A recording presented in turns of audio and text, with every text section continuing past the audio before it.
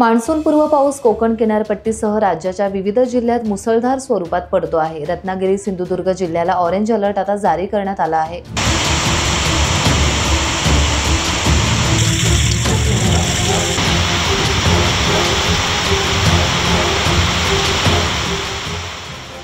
पावसामुळे आंबा बागायतदार शेतकऱ्यांचं मोठं नुकसान झालं आहे। मात्र खरीप हंगामासाठी पूरक पाऊस असल्याचं म्हटलं जात आहे। येत्या 48 तासात वादळी वाऱ्यासह पावसाची शक्यता असून विजांचा कडकडाटाची शक्यता वर्तवण्यात आली आहे। त्यामुळे नागरिकांनी बाहेर पडताना काळजी घ्यावी असं आवाहन हवामान खात्यानं केलं आहे।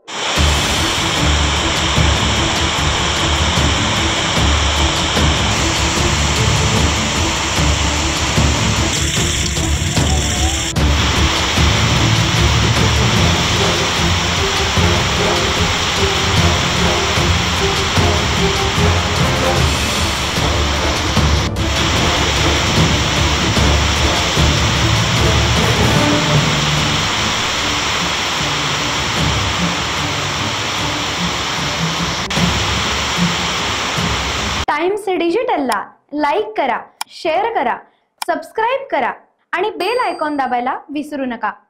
Times digital.